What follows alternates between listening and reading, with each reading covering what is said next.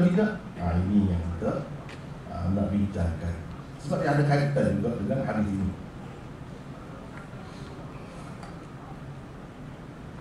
Bagaimana jika kedua-duanya ada tetapi tidak dapat digunakan? Kalau ada pun suci kedua, tapi kita tak boleh nak guna. Itu pun ada juga mungkin berlaku keadaan itu. Falam tajidu ma'an. Dalam Quran disebutkan disuruh cari air dulu untuk berwudu. Kalau tak dapat air itu ulama-ulama mengatakan tak ada air. Ataupun ada tapi tak boleh nak guna. Tanah juga sama juga begitu, tak boleh nak guna. Jadi bagaimana keadaan? Misalnya kerana sakit yang tidak membolehkan penggunaan kedua-dua bahan itu, atau seseorang itu dikurung di suatu tempat yang tidak memungkinkannya menggunakan air atau tanah untuk mengangkat hadas. Katakanlah kita dikurung di dalam laut, cermin, nampak air, ada air di luar, sekeliling itu air. Tapi kalau kita tembuk, mati. Bagaimana? Tanah tak ada langsung, memang bersih, suci semua, licin semua, tak ada pun, tak ada. Bagaimana? Ini kemungkinan yang timbul. Mungkin kita akan menghadapi keadaan ini, terutama di zaman kita sekarang ini banyak lagi kemungkinan itu akan timbul.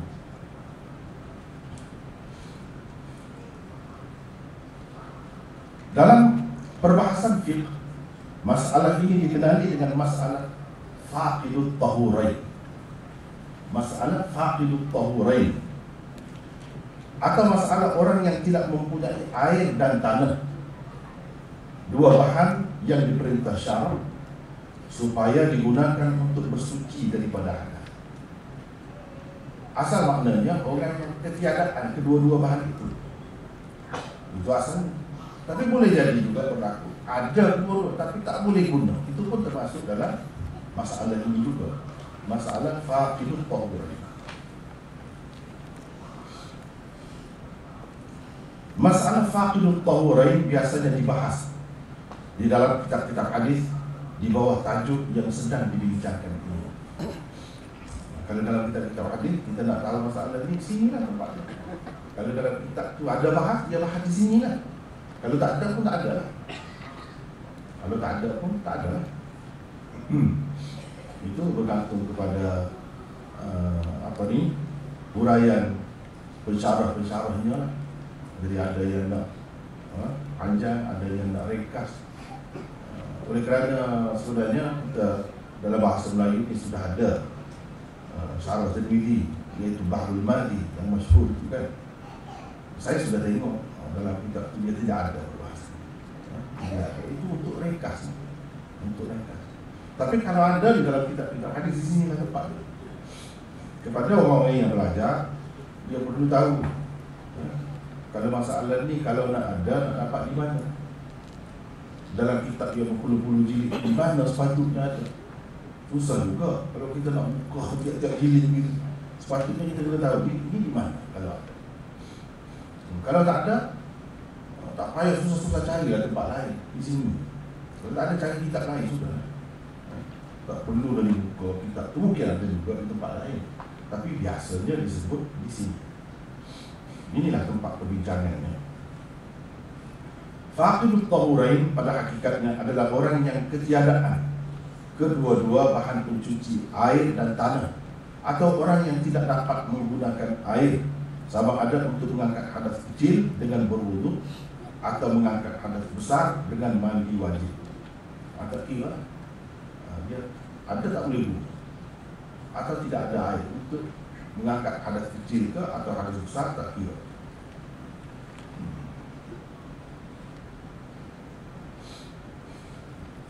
Serentak dengan itu, dia juga tidak dapat bertayamum untuk tujuan yang sama. Jadi tak boleh guna air, nak tayamum pun tak boleh. Tak boleh itu boleh jadilah kerana tanah itu kita tidak dapati. Tanah yang suci, yang cukup syarat. Kita tidak juga dapat guna tanah.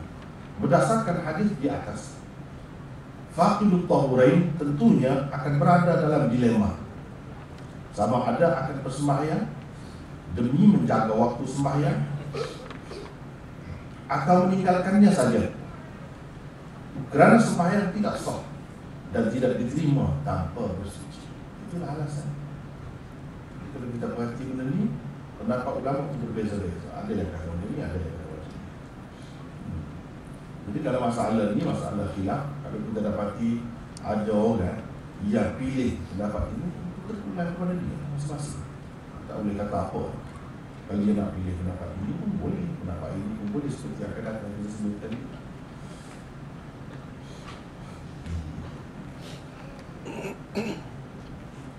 Di satu pihak ada tuntutan agama supaya bersembahyang pada waktunya. Inna salata kanat 'alal mu'minina kitaban mawquta. Di satu pihak. Di satu pihak ada hadis ini. La tuqbalu salatun bighairi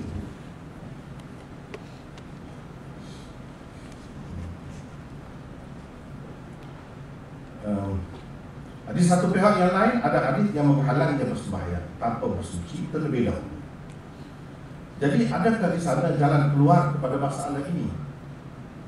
Para ulama berbeza pendapat tentang apakah langkah yang seharusnya diambil oleh faqidut tahurain. Kita guna istilah itulah sebenarnya. Faqidut tahurain, faham tu?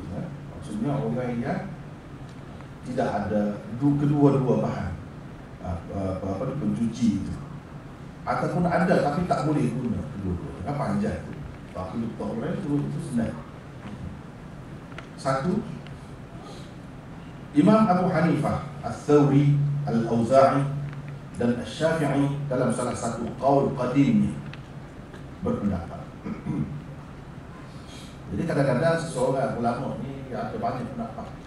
Imam Syafi'i saja misalnya, qaul qadim dia tu ada beberapa. Dalam salah satu berpendapat faqidut tahurain tidak boleh bersembahyang dan tidak perlu menjaga waktu sembahyang. Tak perlu lepas gitu, lepas. Tak boleh bersembahyang sebab hadis lain. Tak boleh. Lepas gitulah. Dia hanya perlu mengqadha sembahyang yang ditinggalkan pada masa lain. Itu saja. Payah sangat. Kalau kita kata asal apa tu beban. Kadang-kadang ada air pun biru. Tak boleh nak buat gaya sembahyang. Jadi nak macam mana? Ini salah satu pendapat. Ya, sampai di tempat ini kita faham. Kita jalan. Tak perlu susah-susah sini. Ada macam-macam langkah yang orang ambil kan. Untuk bersembahyang juga ada macam-macam lah. Setengah-setengah tu dia tepuk lah di lantai tu lah. Sikit sebanyak ada juga kasut-kasut orang lain tu. Tanah mungkin tapi dia sentiasa bersih cuci itu. Susah juga kita tak dapat. Tapi ada juga orang buat gitu sebab bagi dia boleh. Terutamanya kalau dalam bahasa Hanafi dia memang boleh. Tidak semesti debu tu dinding saja. Kalau ada sikit-sikit jernih sudah cukup. Itu bagi dia lah. Kita nak pakai tak mau pakai itu terpulang pada kita. Setelah mendapat air atau tanah untuk mengangkat hadas kemudiannya alasannya ialah hadis di atas, la tuqbalu salatun bighairi. Sekarang kita tidak ada dalam hadis itu tuhur, dia sebut apa bersuci. Ini faqidut tahurain. Tahur maknanya bahan ataupun alat untuk kita buat bersuci. Air dan tanah itu dipanggil tahur. Jadi ta itu berbaris di atas. Kalau tuhur, perbuatan kita bersuci itu tuhur dipanggil. Jadi sekarang ini kita tak boleh guna kedua-duanya. Bila tak boleh guna kedua-duanya, sembahyang nak macam mana? Lepas saja.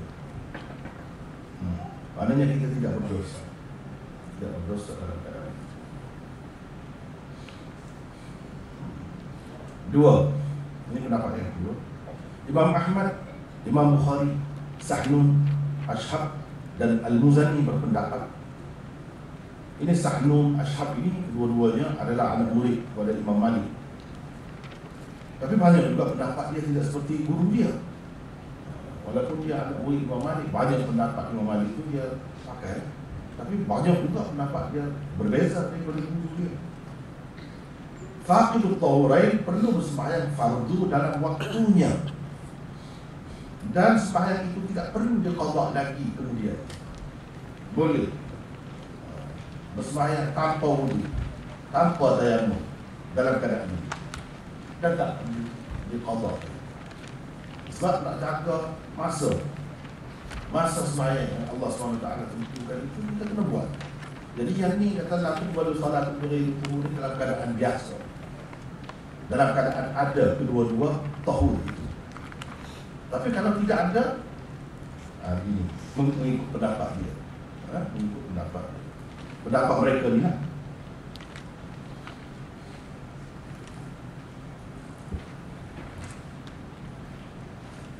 Alasan beliau ialah firman Allah. Ini termasuk Imam Bukhari juga begini. Firman Allah, la yukallifu Allahu nafsan illa wus'aha. Itu Allah tidak membebani seseorang melainkan apa yang berdaya bagi dia. Dia tidak berdaya. Tak ada nak dapat air dan nak dapat tanah itu tak boleh. Atau kalau ada pun tak boleh guna. Kedua-duanya sama seperti tiada juga.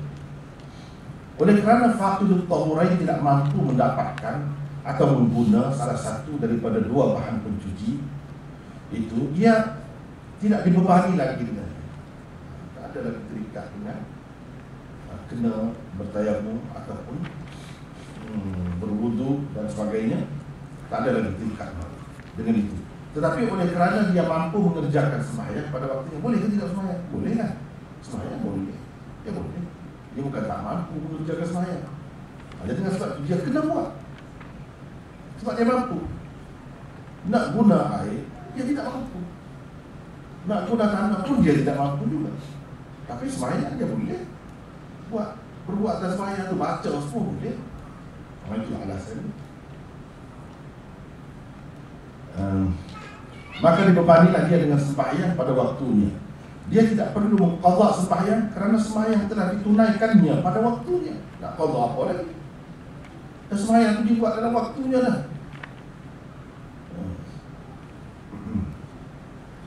Untuk apa lagi diqadha? Ini pendapat yang kedua. Pendapat yang ketiga, Imam Malik berpendapat faqidut tahurain tidak boleh bersembahyang pada waktunya dan tidak perlu mengqadha. Kedua-duanya.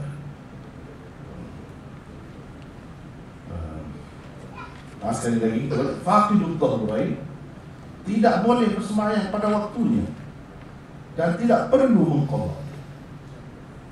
Dia tidak boleh bersembahyang kerana adanya hadis di atas. Itu sebab tak boleh. Hadis tulangan.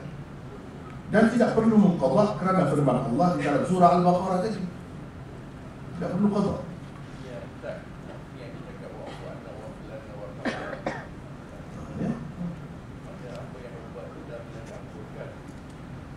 Ya, boleh masuk itu. Mengikut pendapat ini, apabila dia tidak mampu bersembahyang dalam keadaan suci, tidak dibebanilah dia dengan sembahyang itu. Dan apabila dia sudah terlepas daripada bebanan bersembahyang pada waktunya, kenapa pula dia dibebani dengan mengqadhanya? Dan dalam waktu dia terlepas, dia tidak wajib ke atas dia. Dan benda itu tidak wajib. Untuk apa qadha? Nak qadha yang mana? Itu pendapat dia. Keadaannya sama seperti keadaan perempuan yang berhaid atau bernifas. Apabila dia tidak boleh bersembahyang kerana tidak dibenarkan bersembahyang, tidak ada lagi kewajiban bersembahyang itu atasnya. Maka sembahyang yang mana pula akan diqadhanya? Sebab itu tidak ada qadha kan? Sebab tidak wajib ke atas dia. Jadi faqidut tahurain itu juga keadaan. Tak wajib ke atas dia sembahyang dalam waktu. Jadi di luar waktu, kenapa nak qadha yang mana? Itu pendapat dia.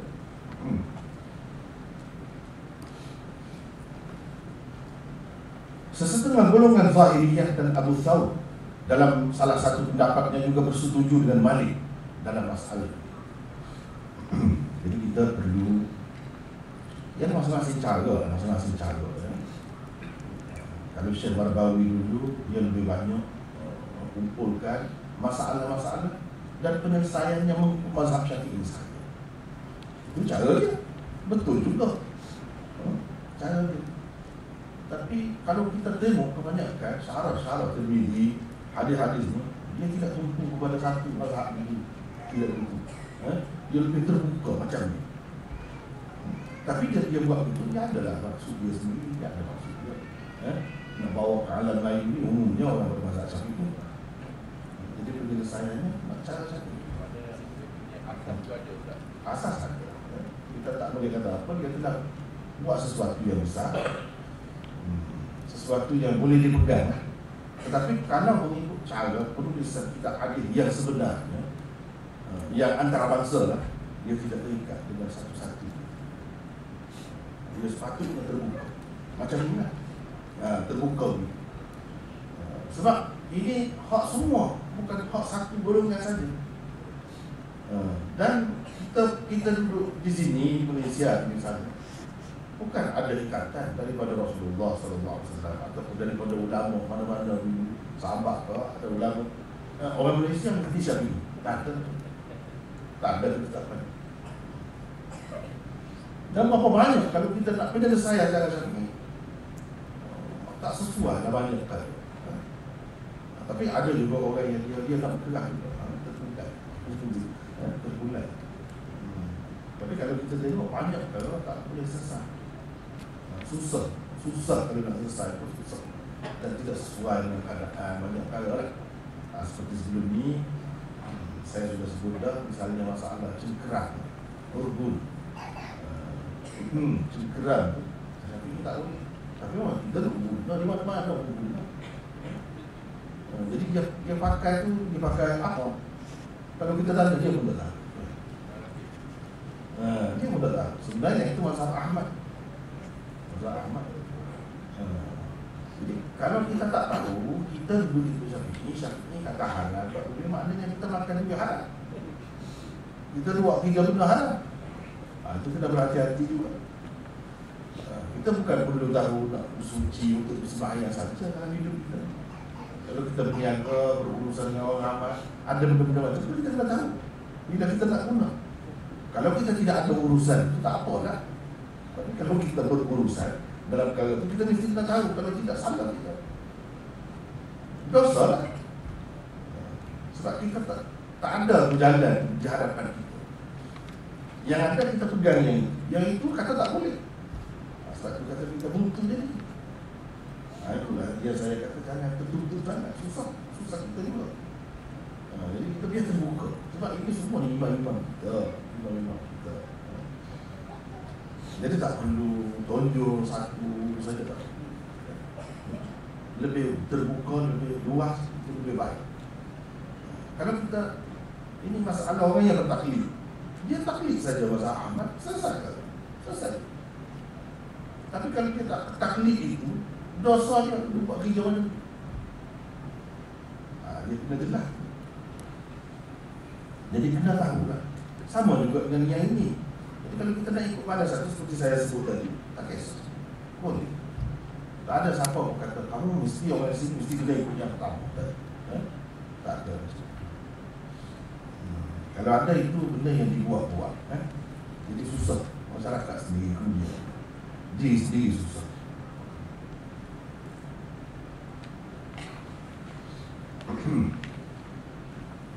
Yang keempat, Imam Syafi'i mempunyai 4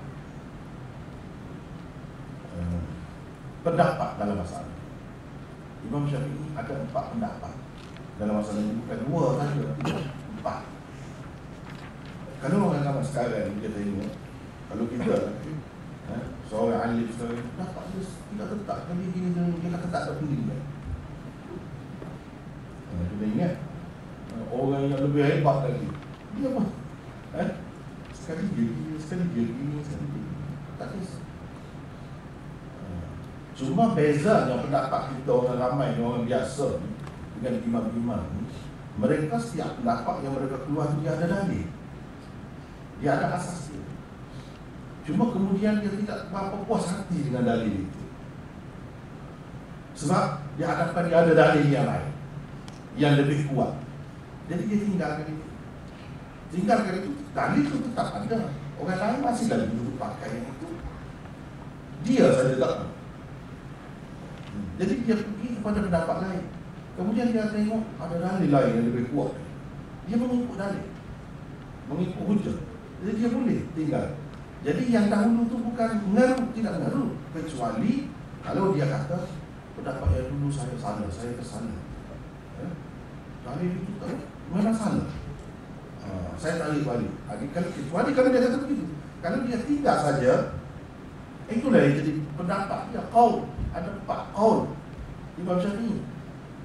Jadi 4 qaul ini kita kata kalau seorang tukang yang pandai buat rumah, dia buat rumah di tepi pantai, dia buat rumah apa kita kata, rumah kayu. Di sini dia buat rumah batu, di sini dia buat rumah cermin, rumah kaca, daripada kaca. Di sini dia buat rumah. Jadi semua rumah itu lengkap, cukup. Tak boleh kita nak kata ini bukan rumah, tak boleh duduk. Tetap dia buat tu rumah tu memang boleh guna.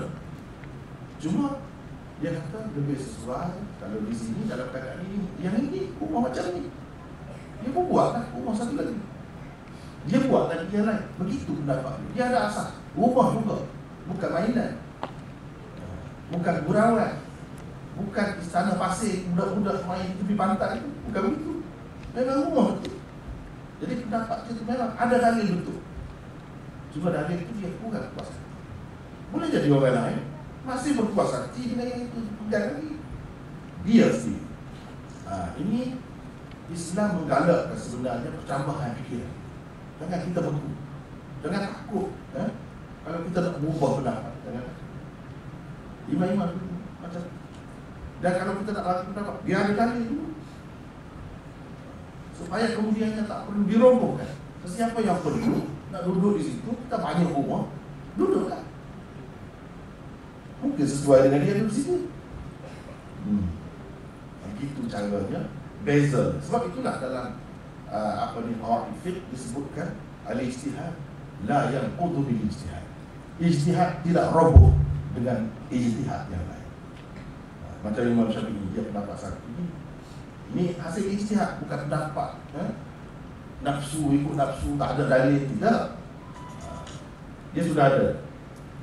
Lepas tu dia tinggal, dia pergi kepada yang lain. Ijtihad dia yang dulu tidak roboh, masih boleh diguna, masih boleh lagi diguna oleh orang lain. Dia sendiri pun mungkin ada ketika-ketika tertentu dia kata, ya ini lebih baik. Ada ketika-ketika tertentu. Tak ubah seperti rumah kalau kita kata. Kalau di tempat, kalau di Malaysia ni rumahnya kena macam ni sebab hujan sekali kan. Tak boleh rumah tu rata datang, rata macam ni jalan-jalan macam tak sesuai. Kalau di tempat salji rumah macam mana sebab itu. Kalau di tepi pantai macam mana? Ikut semua. Macam tu lah kita. Jadi Imam Syafi'i dalam masalah ini ada 4 pendapat. Jangan kita kata Imam Syafi'i tak ada pilihan. Kenapa dia buat dulu satu pendapat? Dia tak fikir dulu hari-hari. Jangan kata begitu. Dia panggil, dia sudah ada dalil. Sudah ada dalil. Misal sebagai contoh, saya nak panggil contoh.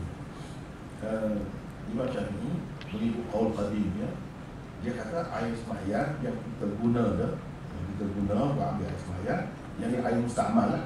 Kita boleh tak ada, kita boleh guna beberapa kali air, bukan sekali saja.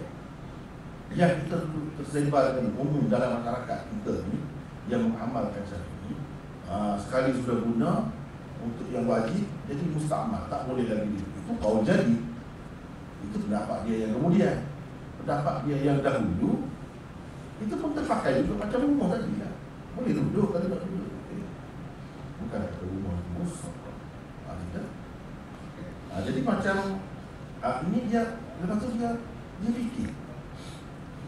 Sebab apa dia kata begitu? Dia ada dalil. Wa anzalna minas samaa'i ma'an tahura.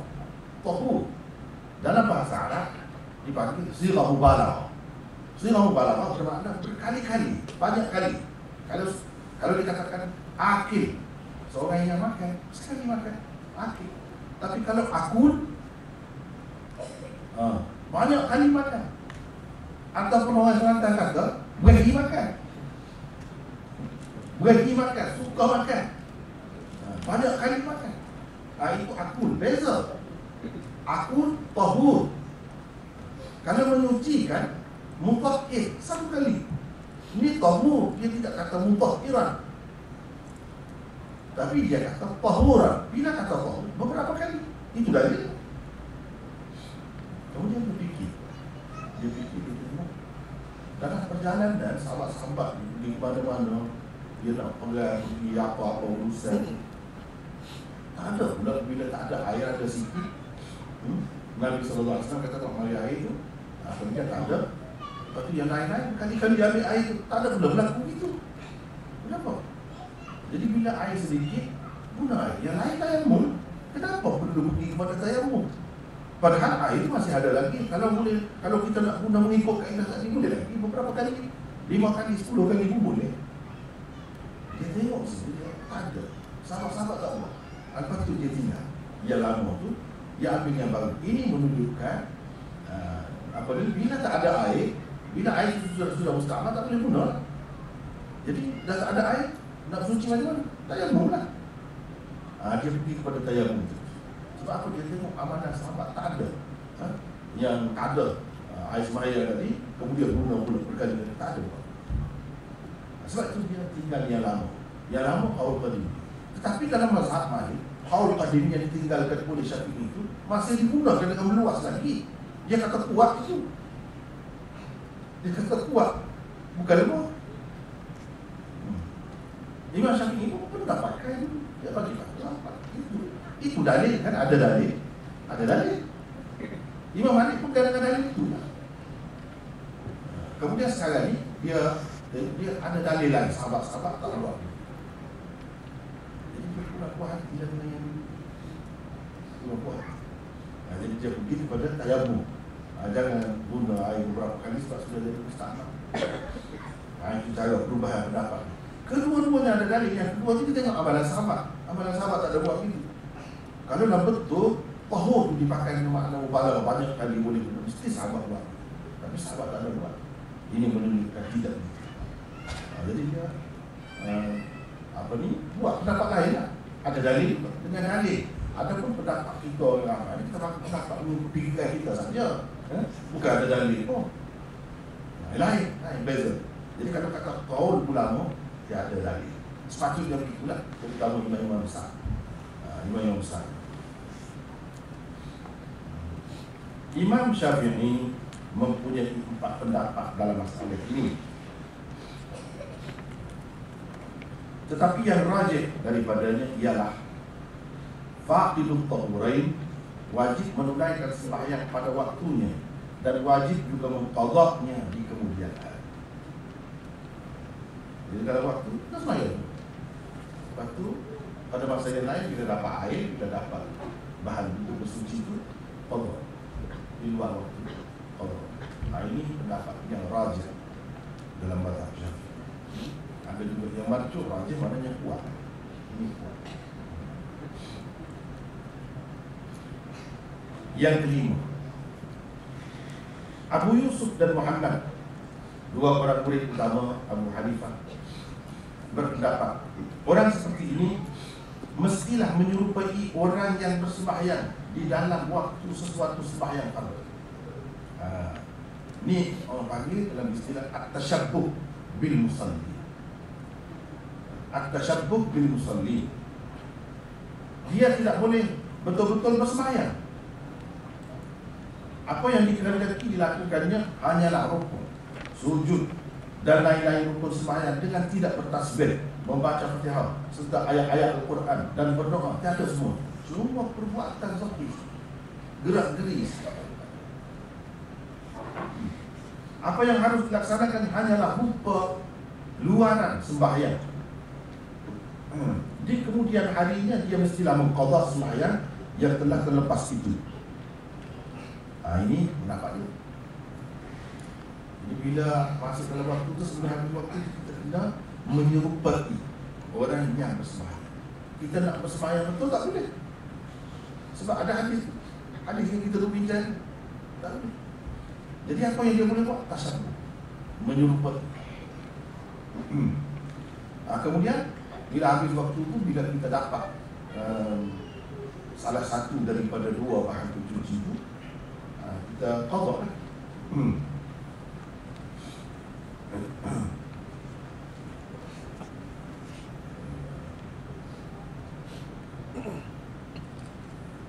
Pendapat ini bersandarkan kepada qiyas yang diambil daripada dua ijma. Inilah pendapat fuqaha fakih dalam Islam. Dia tidak ada asas dia juga. Jadi dia ini berdasarkan qiyas ini. Bukan ada nas, tapi qiyas pun qiyas dengan dua ijma. Kuatlah, kira-kira boleh dua ijma. Ijma pertama berkenaan dengan kewajiban meneruskan atau melaksanakan perlakuan puasa oleh beberapa golongan. Itu ijma. Antaranya ialah perempuan yang sedang berpuasa wajib kedatangan haid pada waktu siang. B. Perempuan yang suci daripada haidnya ketika berpuasa di bulan Ramadan. C. Kanak-kanak yang balik pada siang hari di bulan Ramadan. Para ulama mengatakan mereka ini perlu menahan diri daripada makan dan minum dan berkelakuan seperti orang yang berpuasa. Dalam istilah fiqh, perlakuan seperti ini dipanggil at-tasyabbuh bis-shaimin. Jadi perihal menyerupai orang-orang yang berpuasa. Itu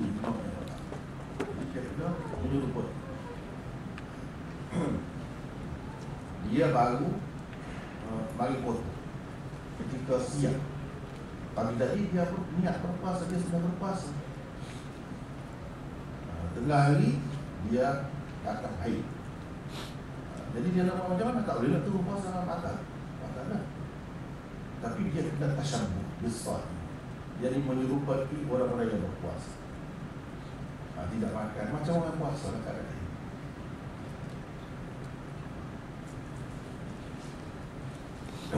Jadi disebut di sini ijma. Satu perkara lagi yang saya perlu ingatkan masalah ijma ni, kadang-kadang penggunaan istilah longgar, banyak tidak menempati betul-betul sebagaimana yang asal yang dimaksudkan dengan ijma. Sebab masih ada lagi khilaf, tapi kita akan temui dalam kitab-kitab tertentu dikatakan ini ijma berdasarkan ijma. Jadi boleh jadilah ijma itu maksud ijma golongan tertentu dalam mazhab tertentu. Kita kena kawin itulah. Tak boleh kita kata ijma seluruh umat Islam, ulama Islam, tak boleh. Sebab banyak sekali kita dapati yang dikatakan ijma itu sebenarnya kalau pergi luar sikit tidak ijma dah.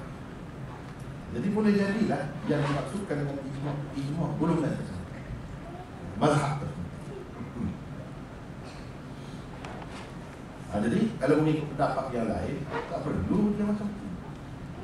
Cuma dari segi zahirnya ialah janganlah bebas nak makan perawai yang puasa. Tapi kalau di belakang, di dapur ke di mana-mana tempat-tempat yang sendiri, dia boleh makan lapar. Pasal dia berlapar pula, dia bukan berpuasa.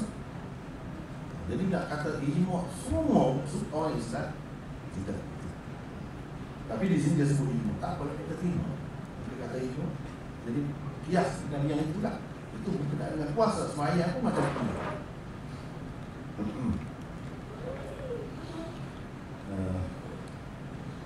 Dia tetap perlu melaksanakan ukur ini.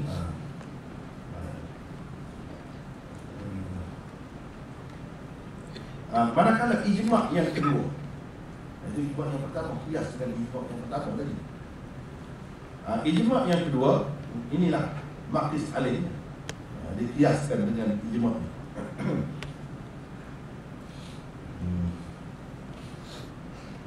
Manakala ijma' yang kedua ialah ijma' berkenaan dengan orang yang rosak haji. dia tetap perlu melaksanakan rukun-rukun hajinya secara sahih. Kemudiannya barulah dia qadha haji tersebut. Kemudian, tapi kalau kata dia tu buat seperti orang biasa juga, tidak kata dia buka ihram, tidak. Dia buat seperti orang biasa. Tapi dengan sedar, sebenarnya tak jadi dulu. Dia kena qadha tu. Kemudian barulah dia qadha haji tersebut. Imam Abu Yusuf dan Muhammad mengkiaskan sembahyang faqidut tahurain dengan dua ijma' tersebut. Ini juga pendapat Abu Hanifah berdasarkan satu riwayat daripada beliau. Berdasarkan satu riwayat daripada Imam Abu Hanifah ada juga. Kalau Imam Abu Hanifah dia biasanya tidak sebut qaul Abu Hanifah, dia biasa sebut riwayat. Ada beberapa riwayat daripada Imam Abu Hanifah di sana. Riwayat itu sama dengan qaul dah, tak apa.